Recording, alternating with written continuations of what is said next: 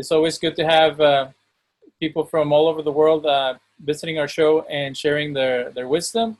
So now let's move on to the coronavirus conspiracy. And Josh, I have to be very honest with you. I think what you're doing is great. I think that educating people or spreading different ideas is fantastic. But I like to debunk conspiracy theories.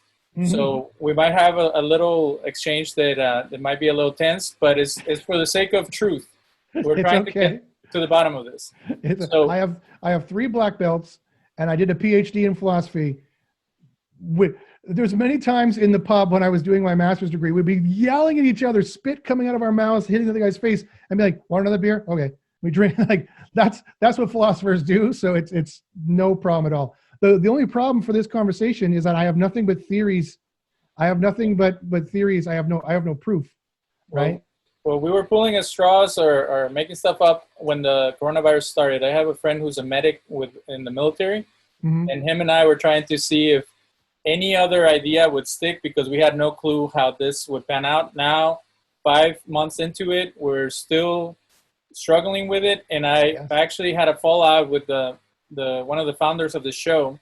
My friend has been posting a lot of anti-mask, anti-coronavirus, very far out stuff. And I love him, I respect him, but I've had to challenge him on things. And I actually work at a hospital, and we see people who have survived the coronavirus. So when people say that it is a hoax or that it's not real, there's something that is hurting people and keeping them paralyzed for months at a time, or putting them in a coma, not being able to breathe, not being able to interact with their families, not being able to see their loved ones once they get better because of the fear. That's not a hoax. So the coronavirus is not a hoax. So it's a personal thing when I hear that it comes into question. Now, the idea of it coming from the wet market in Wuhan, or the idea of it being a biological weapon, or using whatever happened as an opportunity to destroy the Chinese economy, we can talk about that. Just, we're spreading the information because you can get shut down for just even questioning what's going on. In the sense of, I heard that was either YouTube or Facebook was actually deleting stuff that they consider a conspiracy theory. So even talking about a conspiracy theory, not that you believe in it or you're willing to consider it, now that's at risk of being censored, as you use the term censored. So let's start from the beginning. That's a great point, David. If I just go back to our previous conversation, and that's the other thing, is you can't have Facebook and Google policing the truth. They're not equipped to police the truth. It makes them no money to police the truth. They have no interest in policing the truth. They have the interest in policing the narrative, but the narrative is not the truth. The narrative is how they want to be perceived, right? But the problem is you can't have the government policing the truth either. They're equally as inept. They're equally as incapable.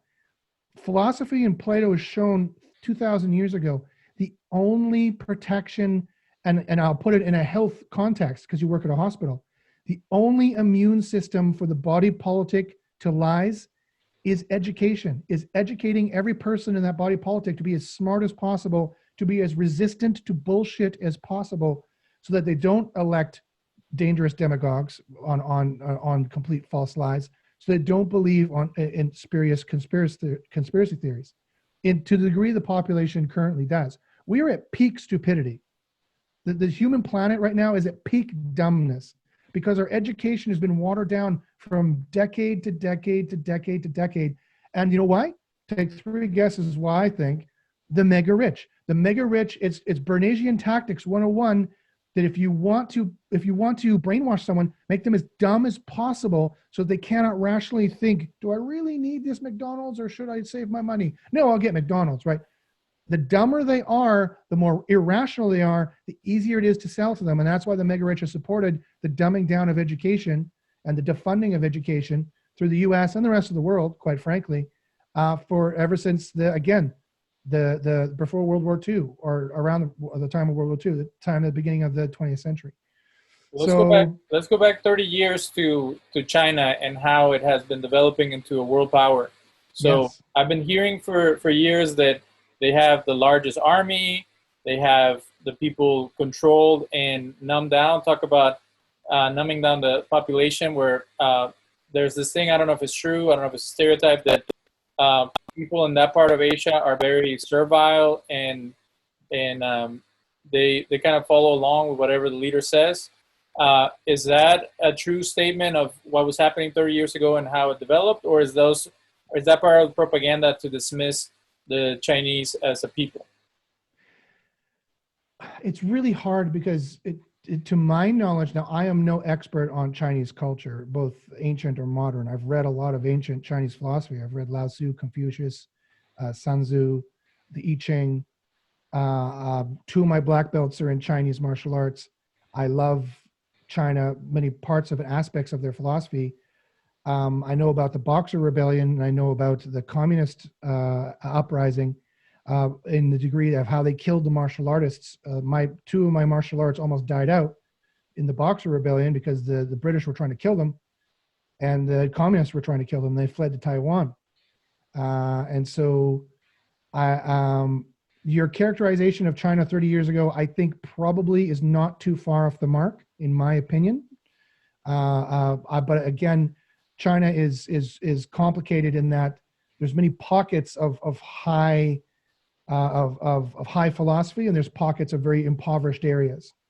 But there's a lot of impoverished areas, I think. So yeah, I'd say probably that's probably the case 30 years ago. Sure. They do have the most personnel, I believe, more than India.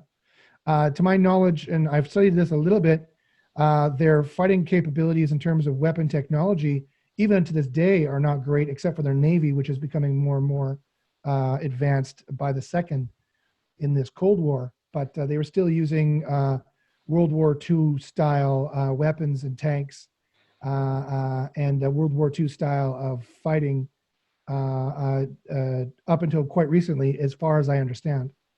So I only went back 30 years, but we really have to go like 50 years to the time of Nixon going to China, and we dance with dictators. The dictators that are willing to work with us, we're willing to tolerate. So to me, that's ridiculous. If you're going to be attacking communists in Guatemala and in Russia and in the U.S., everybody who's a communist needs to go. Why would you go become friends with the biggest communist country and try to make it work over there? And then were they thinking that they were going to, people don't know that Germany used to be a big importer of movies, of products. So that was one of the reasons the U.S. didn't want to get involved in the war against Hitler, because they were going to lose one of their commercial interests. Is that what America was preparing for, trying to build bridges with China even before the boom of products?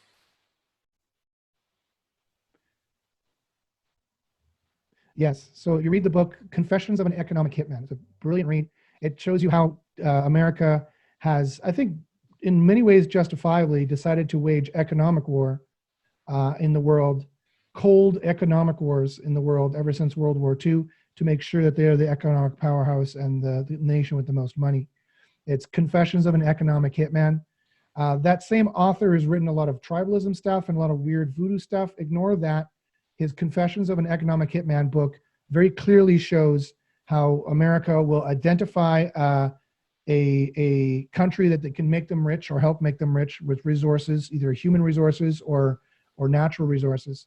They will set up agreements with the rich families that run those countries, and they will set up agreements that benefit those rich families, but screw over the country so the country stays impoverished, and that's how they keep those families under their thumb. So it's exactly what they did to China. They realized China could be a manufacturing hub for them, to be very cheap, and so that was the plan all along, yeah. So I was very sad when Jon Stewart was saying that NAFTA was really good for Mexico when he had Bill Clinton on. And being a native Mexican, knowing that it was very good for the rich families and for the government, but it was horrible for people. And I've actually met people who are indigenous Mexicans, people that we never even met when we lived in Mexico, here in the U.S. trying to survive, because the whole economic system based on farming and cattle ranching was destroyed. So, that's been happening everywhere. But I always tell people that my view of America is that they're opportunistic, that whenever you have an Oliver Stone or somebody create this cabal or this evil empire like perspective, it takes away from the opportunities that America has to change and to turn into what it could be. Yes. If it is the Roman Empire, then like there's nothing we can do. Like the military and the oligarchs in power are going to destroy everybody, and it's going to implode. But if it is a democratic ideal of the republic, then there's still a little bit of hope. I always say this: you have to go back and read Machiavelli's The Prince. And I tell my left-wing friends, you'll never get rid of the right wing. The right wing doesn't disappear, right? You can't tell everyone to have empathy and be nice to everybody and then be progressive. And then the right wing goes, oh, we were wrong the whole time. Okay. And then they're not going to join your side. That doesn't happen. Same thing I tell the right to the left. I say the left doesn't disappear. People with empathy and feeling that things should progress are never going to go away. The same thing, you got to learn to talk to each other. The same thing is that Machiavelli showed very clearly in The Prince. The rich never goes away. You will always have the great and you have the many, to use his terminology. Or you always have the strong and the weak, to use Nietzsche's terminology. You always have the rich and the poor. That never goes away and can never be changed, right? What you need to do is you need to have a social contract.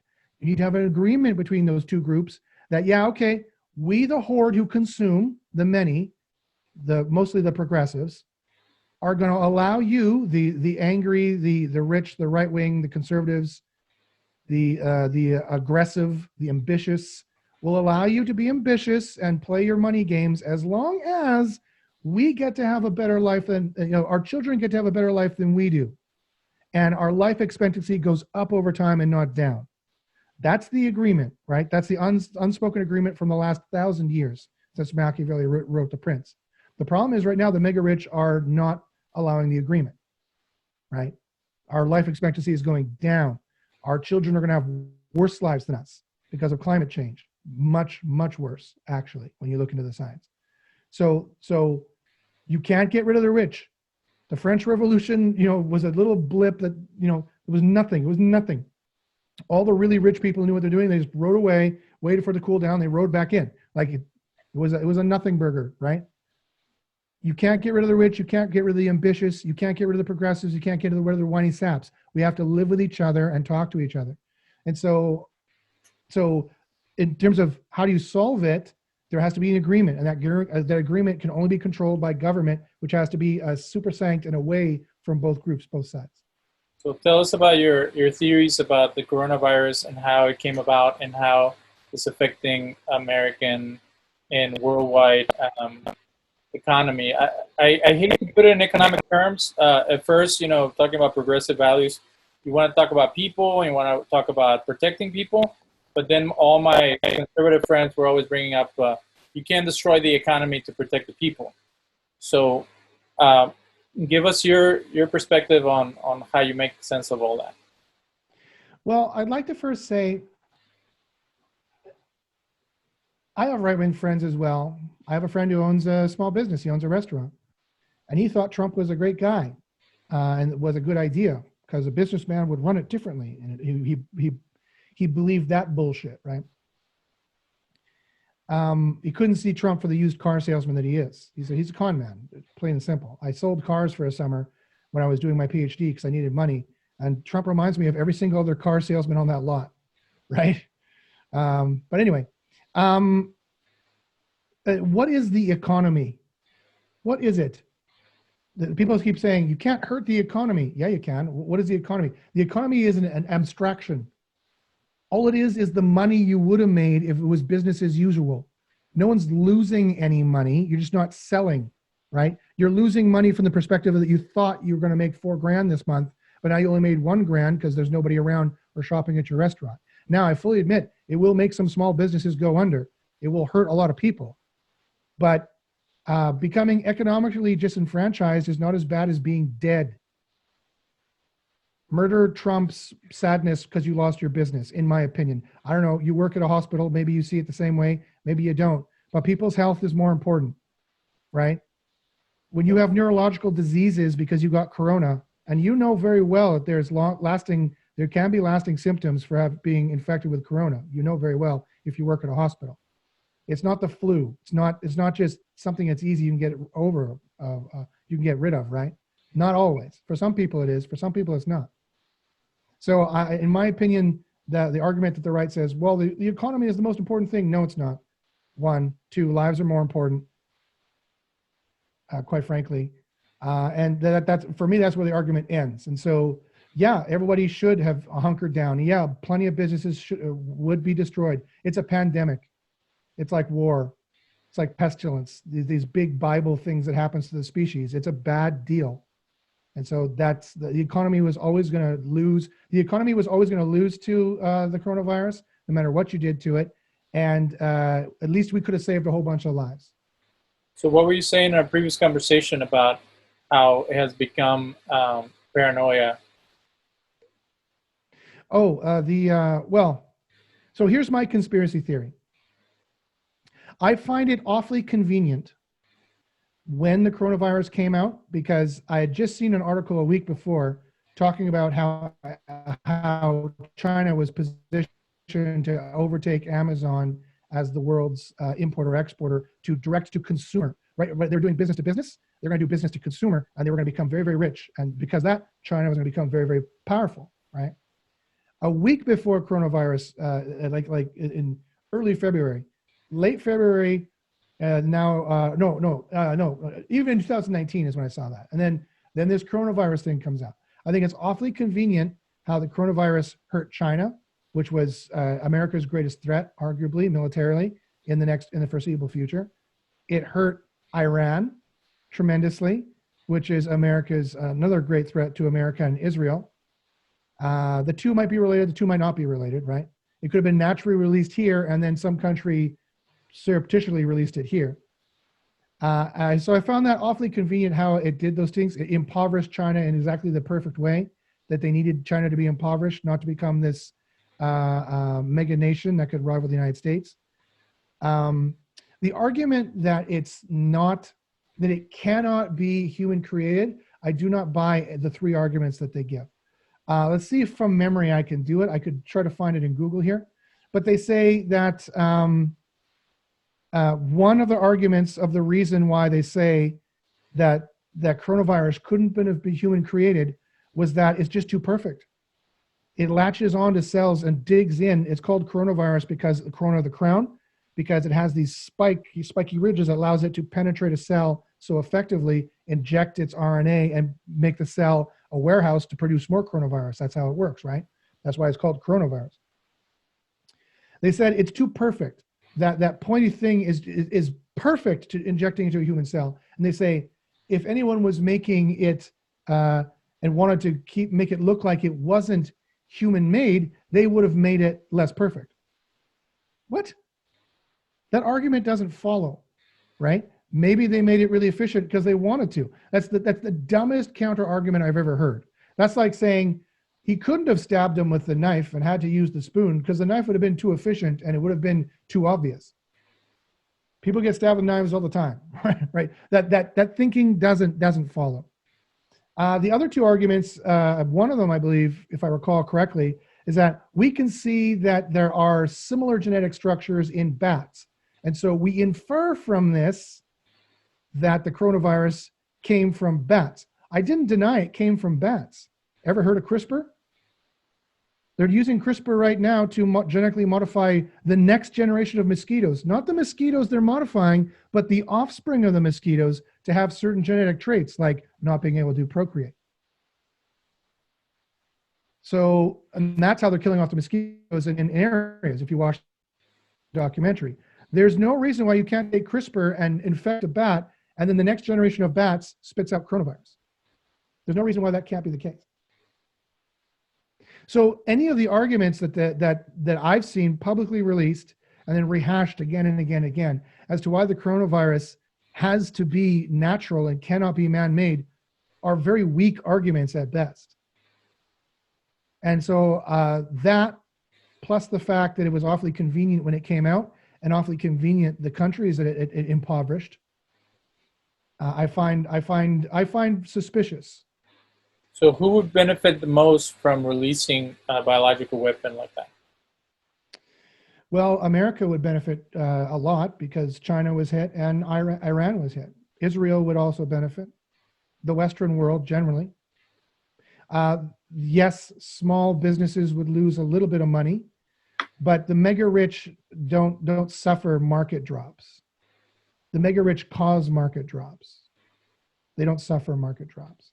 So the mega rich in the West would not be harmed in any way, shape, or form.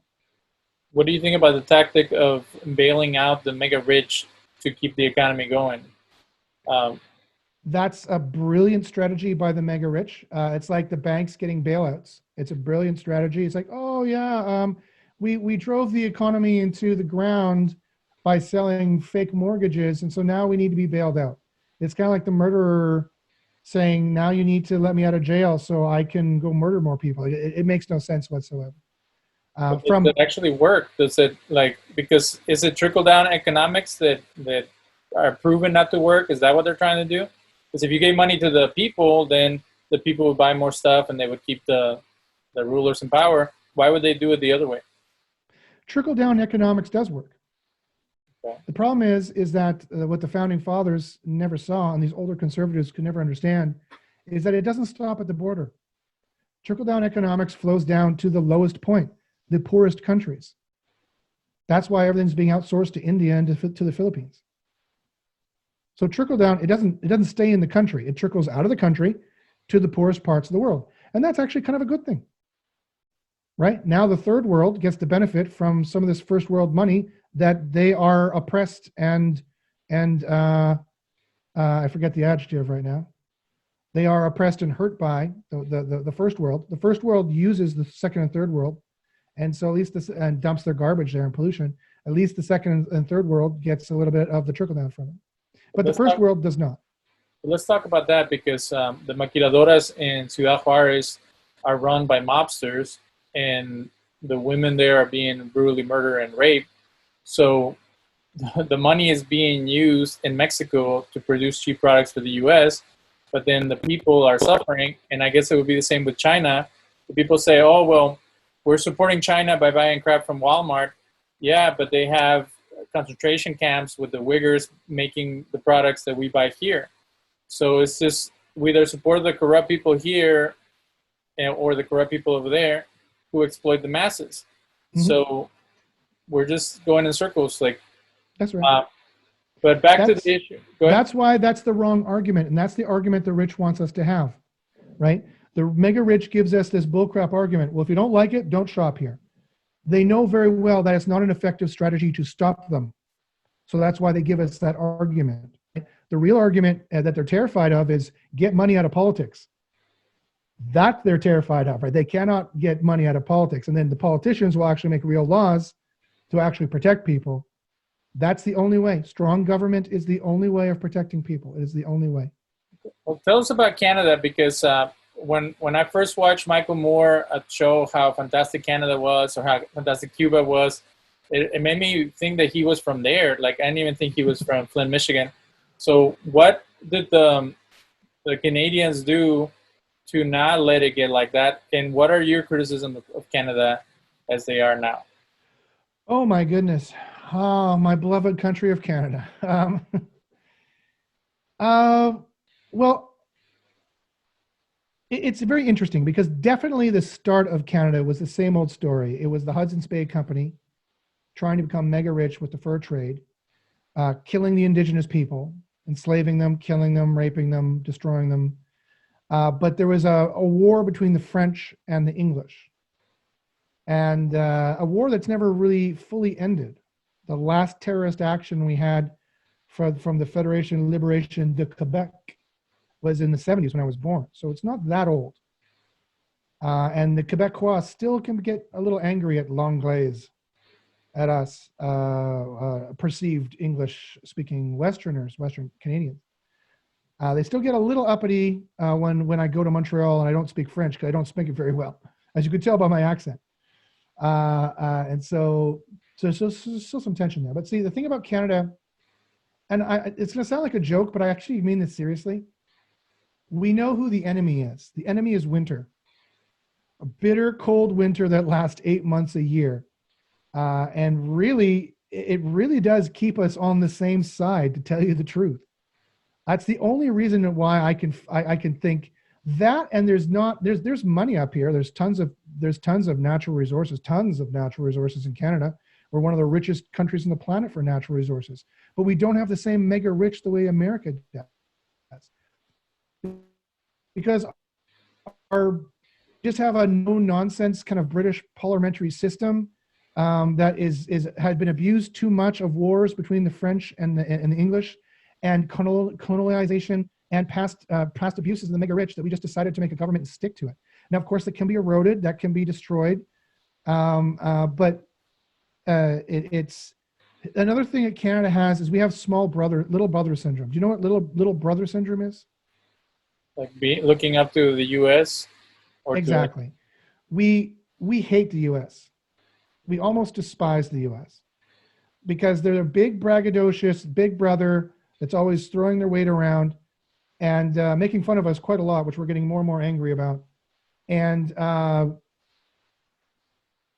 we secretly don't like the U.S. very much. so you have a bunch of Canadians in a room, we'll start telling American jokes, right? So it's because it's largely not because we're virtuous, not because we're good. We're not bad, but it's just because we don't want to be that guy.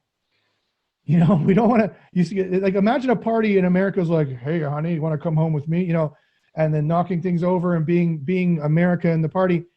We're not being so good because we want to be good. We just basically don't want to be that. So we're being virtuous for the wrong reasons, if that makes sense. That's really my opinion of my own country and my own country people. Yeah, it'll change. Climate change is going to make Canada the new United States in terms of climate in 30, 50 years. And so we're going to be the nice place on the planet to live pretty soon. Most of America is going to be uninhabitable. And you guys are going to move up. It'll be like it's like America keeping the Mexicans out. We're going to keep the Americans out until, of course, the U.S. will buy Canada and will be some kind of conjoined country like U.S. can or something like that. Have you heard about that conspiracy theory of Mexico, the U.S. and Canada becoming one country? Oh, it's not a conspiracy theory. They tried it. Bush tried it. Bush drew up the documents. They had a website about it. It wasn't a secret. Well, yeah, but it's impossible because I know how nationalistic Mexicans are, and they would. And the U.S. does not want a bunch of people who are mestizos or indigenous. So unless they kill the population, for that matter, yeah, and that's why it failed. Right? They had the idea to make a U.S. Canada Mexico union to combat the European Union when the European Union was formed under W. Bush, but it fell through. I don't know why it fell through, but those are some of the obvious reasons. Well, back to the coronavirus. So how did Canada respond, and was that the right response? Because again, if you said that life is better than money, but if you have if all the infrastructure falls apart because of lack of work and ability for people to travel and stuff like that, how can you keep a country safe or going? Did Canada lock down at the right time for long enough to now slowly open it up, or are they still kind of struggling like the U.S., like yes and no, and they still don't understand the virus, and then only so many people are going to die? Like, are they having the it's almost like a crisis because of not knowing how to address the issue? Yes. Ignorance is always the worst crisis. Lack of education is always the single most worst human sin. Every human problem can be solved by education, every single one. And so a lack of education is when people die, is when societies die, is when countries die. If the Romans knew that the barbarians coming over the hill had a strong enough army to destroy them, they would have they wouldn't have been so weak in the first place, right? They would have gotten their shit together and stopped fighting amongst themselves to be able to take on their enemies. That's where the West is right now. We're so weak from fighting amongst ourselves that climate change is going to destroy us largely. It's going to kill billions of people on the planet. So to answer your question, Canada right now is okay for COVID. There's hot spots, of course. But yeah, we did the right thing in clamping down. We could have clamped down longer. But like you said, there's a lot of misinformation and unknowns there. They thought maybe it's time to give it a try. It's tough. It's very hard. It's like people complaining about the economy being hit right now, or like people complaining that war. It's like people complaining in Germany that the war is going on and they can't sell their biscuits. Yeah, well, the war is going on. It's terrible. It should never have happened, but that's what's going on. We're in a human calamity. We are living now in calamitous times. No, you don't get to have your white picket fence. I'm sorry. That was never guaranteed by God, if such a thing exists, or by the government, or by human rights, or by anything. You don't, every generation is not just assured their white picket fence and their nice life. Every generation has to fight for it. And the rules of the game change every generation. This generation is going to have a pandemic. Next generation is going to have climate apocalypse. Right? Everyone's forgotten about climate change. Imagine 3 COVIDs going at once and wildfires and tornadoes and groundwater destroying the rest of the country. That's what's going to be happening in the next 30 to 50 years. Do you think that people that say that the encroachment of the jungles in Asia could have caused the COVID pandemic, that's part of the climate change issue, that the larger populations, the lack of respect for nature could bring about illnesses coming out of the woods, in a sense? No, I don't subscribe to that at all. It really seems pretty clear that the coronavirus did come from bats or was evolved in bats. That doesn't mean there wasn't a human hand in there, by the way, but it definitely seemed to have come from the wet markets in Wuhan, China. Other viruses have. So is that a respect for nature? I wouldn't call it that. It's just that people don't realize cause and effect, and they don't realize how small the planet is. The planet is so small. The planet is tiny, tiny, tiny, tiny. And it is easy for one person on this side of the planet to screw things up for somebody on this side of the planet if they're not careful. Our technology is advanced enough now that one person in a CRISPR lab in Turkey, for example, could destroy the world and limit the population by billions around the entire planet. Our technology is that powerful now. Part of the reason why I don't think we see so many intelligent species out there in the cosmos is because of that fact, is that as your technological prowess increases, so too must your wisdom. If your wisdom doesn't increase with your technological prowess, one disgruntled alien can wipe the whole thing out. What about, do you support the idea of herd immunity? Because it seems like the right hung on that, and they're like, well, we're all gonna get it anyway, and we're gonna see who makes it out. And I used the term, and my friend corrected me, that I see it as like natural eugenics. If you say let everybody get it, and we'll see what happens, and usually you are the healthy one saying that. You're not the one with the immune deficiency, or the one with elderly diabetes or things like that. And you're like, well, stuff happens. Some people are gonna make it. Then you become a nihilist like Nietzsche. And what stops us from going the next level and just doing real eugenics so we have enough resources for everyone? I would answer that argument, let everyone get it and just sort it out. I would ask, why have a medical system at all then? Right? It's inhumane. That's the reason why. It's inhumane. You work at a hospital, everybody lying in that bed wants to be helped, and they desperately want that nurse to come over and that doctor to come over and to figure it out and help them, right? It's inhumane to say it's the purge. Okay, we'll just see who lives. As soon as your child or your loved one gets sick, you will change your fucking tune. So it's very inhumane, and it pisses me off. Inhumane, short-sighted, imbecilic, Okay, so let's talk about libertarians, because to me, a libertarian is a closet Republican who's truly an anarchist. So if you wanted just to all go to hell, would you agree with that characterization? Yeah, no, I don't like libertarians much. Part of me wants libertarianism. I occasionally have thought to myself, why are drugs restricted? Why not have every drug available on the market and everyone can self-medicate? Because sometimes in Canada, it's difficult for me to get my meds or to get the meds that I want. The gatekeepers are the doctors. But at the same time, yeah, the gatekeepers should be the doctors, right? And it's like, but the problem is that they're keeping a lot of people from ODing and hurting themselves. But in at least in America and Canada too, well, if they want to get the opiates, they can get the opiates somewhere else, and they can kill themselves. So that's a tough one. But no, I generally don't agree with libertarians. It's not a proven moral philosophy. It's not a true moral philosophy. Just because there's been consent doesn't make it good. Just because freedom is a practical concern. It's not a moral ultimatum. It's not a moral truth. You need enough freedoms to seek your good life. Why? Because it's the good life. Why do you want your good life? Because it's good. That's the moral truth. Freedom is only a tool to get it.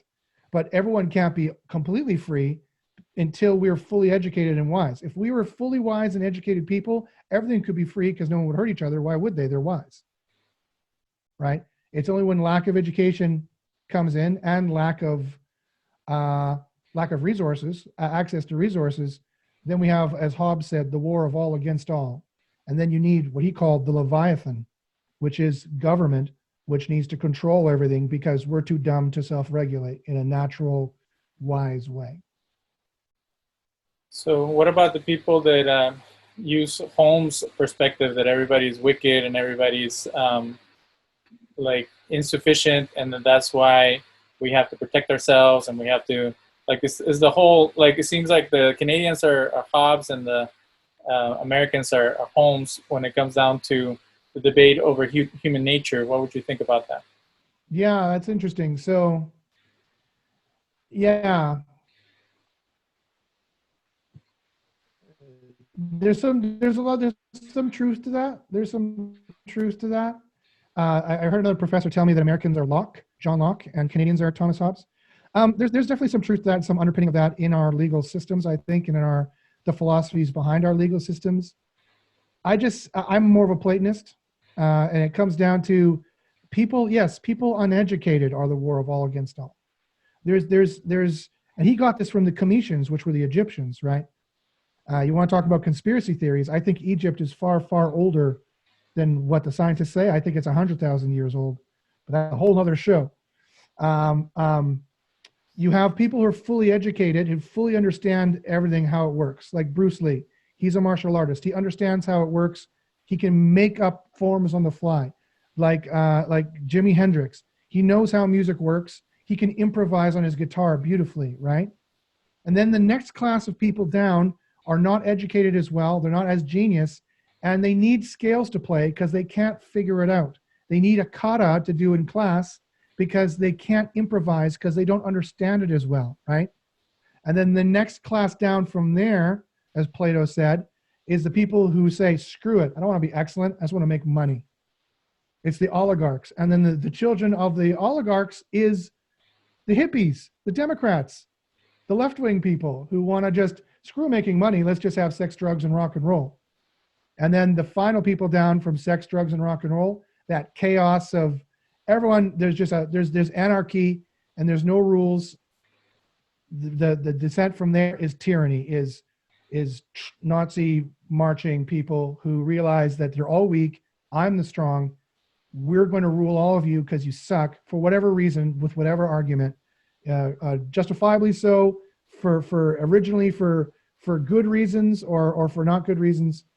Every anarchy devolves into tyranny, right? That's what the rules were made to begin with, to control from other people becoming tyrants.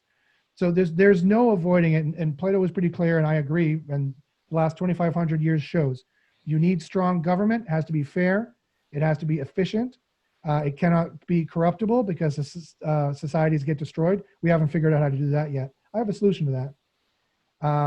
But we haven't figured out how to fix that yet. All of our current governments are being destroyed by the mega rich. That's always how they're destroyed, by the way. And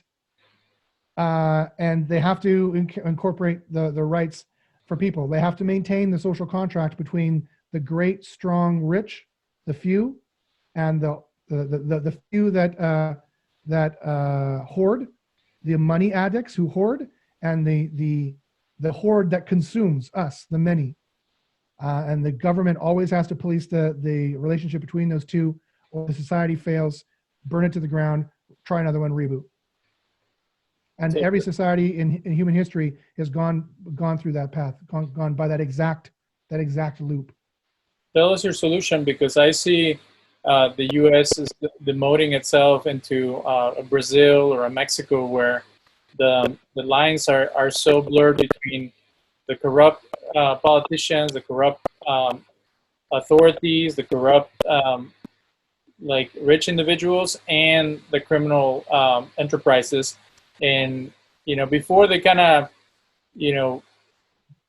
when Bobby Kennedy was trying to get rid of all the mobsters, you could see that there was a tension between the government and the criminal organizations.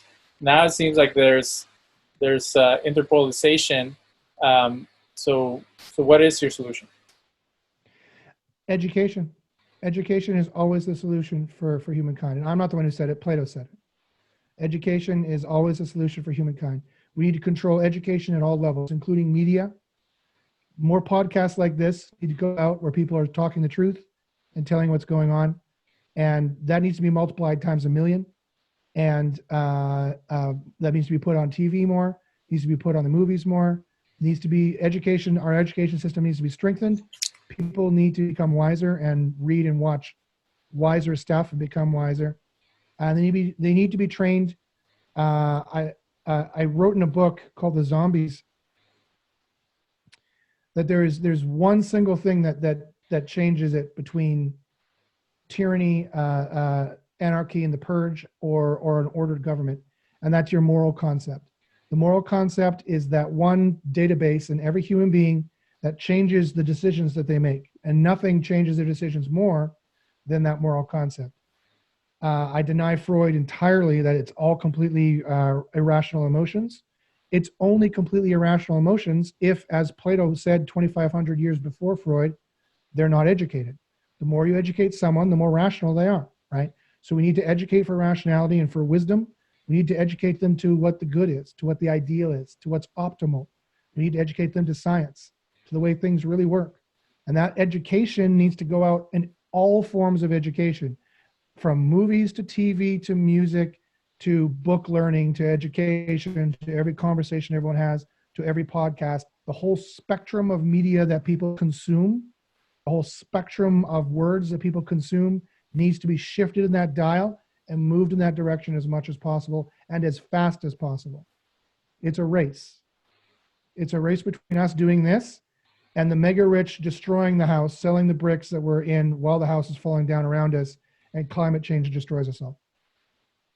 Tell us about the success you've had with your YouTube channel and your podcast, spreading your message. And then if you, not to toot our own horn, like what podcasts have you reached out to and to try to promote your documentary, and why did you choose us? So I have 2 podcasts going right now, Comic versus Philosopher. We're having Colin Mockery on next week, actually. We'll and then in a few weeks it'll show up on Buzzsprout. So I'm getting a pretty successful comedy show where I slip in little bits of philosophy and they make jokes about it, but I slip in philosophy. So that's one way to get past sleeping dragons, to use the Lewis quote. I also have my own system of meditation that I created called Bach meditation that I mentioned earlier on. So you can see Comic versus Philosopher, just searching in Google. You can see Bach meditation or Hack Your Brain Through Meditation, Josh Bachynski. Search my name, Bachynski. You can find it there. And I go on every podcast I can. Sorry, David, it's not very flattering. I go on your podcast, any podcast that will respond to me, I'll go on their podcast so I can talk, because you know the reason why. I've already said it. Because education is the only solution information, the truth is the only solution to this problem, we have no other power. And they haven't quite killed truth yet. They're very close, but they haven't quite killed it yet. And so we need to keep her alive, and we need to put her armor on, and we need to get her out there and fighting the good fight. So I'll go on any podcast that'll let me ramble on for as long as you have. And thank you very much. And definitely I hope folks will go to Comic versus Philosopher if you want more of a comedic aspect, or Bach Meditation if you want to learn some of the really incredible tricks I've learned of how to hack your brain to improve anxiety, to improve depression, to improve emotions, to improve cognition, to become smarter, to become physically stronger, faster, better. I have really amazing hacks I've learned through 30 years of martial arts and my whole life of reading Western philosophy. I've taken them. Also, my PhD we talked about is in neuroscience and psychology and philosophy. So I've taken all the tricks of neuroscience and psychology. I've put it all together in one powerful meditative system. And that's at bit.ly/Bach Meditation, BACH meditation, all lowercase. Tell us about the SEO Science Show. Has that gotten much traction? The SEO Science Show used to have a lot of traction. That was my probably most successful show. I have 15,000 subscribers or something like that, 16,000 subscribers on my YouTube channel. That's I'm keeping it more on the down low now, because now that I'm directly reverse engineering Google's algorithms, Google doesn't like that. They get very angry. The mega rich do when you try to chip away at their castles in the sky they've built. So I like Prometheus, I'm being very quiet, and when I'm chipping away to try to find fire for everyone, or they will put me on the rock and have the ego eat my liver out for the rest of eternity. So for young podcasters who are trying to get more people coming through and more, what's the word that is used? So you put yourself out there in the market field of ideas, and you want to get more traction, you want to get more visibility. Is YouTube even a good thing to use anymore, since it's been bought off? Like, should we not waste our time doing video casts, or is that an important platform? It doesn't matter what you use. It doesn't matter what platform you use. It doesn't really matter what platform you use. The idea you have is what matters.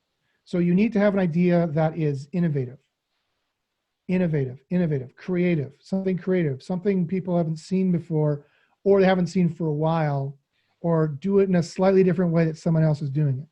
So for example, I was thinking, I already have one comedy podcast, Comic versus Philosopher, and I'm a philosopher myself, and I want to get philosophy out. So I'm not really in the business of making more podcasts because I'm also very busy. But I thought another really good podcast idea was for two comedians to look at the jokes of other comedians and dissect those jokes, and then say why those jokes are funny or not funny, and then make your own jokes based on those jokes. I thought that's called curating content, but it's funny, right? So I thought that'd be a really good way to if you're a comedian, to borrow the work of somebody else, but do it in a legitimate way. And that we're looking at, this is full credit. This was whoever. This is Jerry Seinfeld who said this. Here's the joke. Blah blah blah blah blah blah blah. Here's the setup. Here's the punchline. Okay. Wow. Haha. That was funny. So then you get 30 seconds of Jerry Seinfeld on your show, his brilliance, but then you guys get to poke at it and pick at it. So you got to be creative. I've failed 500 times. I've tried 500 different shows. And you just got to keep trying. You just keep trying and trying and trying and trying and trying and trying and trying and trying and trying and trying and trying and trying and trying until you come up with something creative enough that has the legs and it can work. And then you have a good relationship with whoever you're doing it with. And then you just do it. There's a lot of noise out there though. And it will take time. It'll take creative ideas, be on the forefront of technology, realize what's going on out there, what the new trends are. I should have been all over TikTok. I should have been right there. I should have been all over Twitch, but it's too saturated now for my Twitch idea. I'll give you my Twitch idea too. So I have 3 black belts, right? And I spar every week. And so I thought, and I'm 45. I got a bit of a pot belly. I'm getting older, you know. I thought, wouldn't it be funny if I dressed up in a Batman costume and pretended I was Batman and I had a Twitch stream, fat old Batman fights. And then so I'll go and spar every week. I'll go spar somebody. But the person I'm sparring doesn't know it's the joke. right? So I'll be like, I'm Batman. Are we sparring now? Yeah, let's spar. And then I'll bow, he'll bow, and he'll be like, okay. And so we'll do jiu-jitsu, we'll do whatever. And he might win, I might win, but it's going to be hilarious, right? And I'll be like, I'll be so tired, I'll be sweating to death.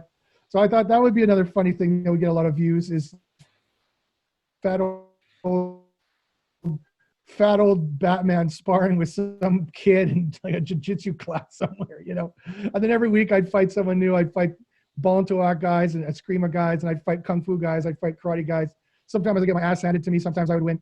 And so I thought that was another funny idea. So if you know some martial arts and if you're old and fat like me, that would be a funny thing to do. So you got to think of what's funny, what's sexy, what's going to get the eyeballs, right? You got to think of what's going to get the eyeballs. What people like. They like funny, they like sexy, they like serious, they like emotions. You got to get stuff like that, and you got to think of a creative way to do it. If you don't have a creative idea, whether the market's saturated or not, you're not going to get through. Last question. Have you heard of the 3 rules for a successful show? Like, I have a friend who's a marketer, and he says that you have to have a personality or someone who's famous or that people like. And then the other one is you have to sell a product or something that's like a niche market.